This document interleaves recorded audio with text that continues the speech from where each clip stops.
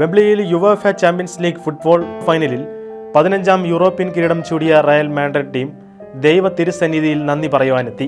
Wembley സ്റ്റേഡിയത്തിൽ നടന്ന ഫൈനലിൽ ജർമ്മൻ ക്ലബ്ബായ ബൊറൂസിയ ഡോട്ട്മുണ്ടിനെ പരാജയപ്പെടുത്തിയതിന് പിന്നാലെ മാഡ്രിഡിലെ അൽമുദേന കത്തീഡ്രൽ ദേവാലയത്തിലെത്തി നന്ദി അർപ്പിച്ച് പ്രാർത്ഥിക്കുകയായിരുന്നു.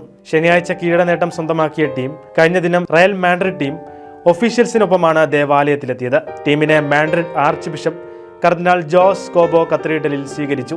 ഫൈനലിൽ 2ാം ഗോൾ നേടിയ വിനീഷ്യസ് ജൂനിയർ, ഗോൾ കീപ്പർ കോട്ട് ബോയ്സ്, Luka Modric, Toni Kroos, Tchouameni, Camavinga, Carvajal തുടങ്ങിയവർ ഉൾപ്പെടെയുള്ളവരാണ് ദേവാലയത്തിലെത്തി നന്ദി അർപ്പിച്ച് പ്രാർത്ഥിച്ചത്. അവർ ലേഡി ഓഫ് അൽമുദേന എന്ന പേരിൽ അറിയപ്പെടുന്ന മാതാവിന്റെ തിരുസ്വരൂപത്തിന് മുന്നിൽ കിരീടം സമർപ്പിക്കുകയായിരുന്നു.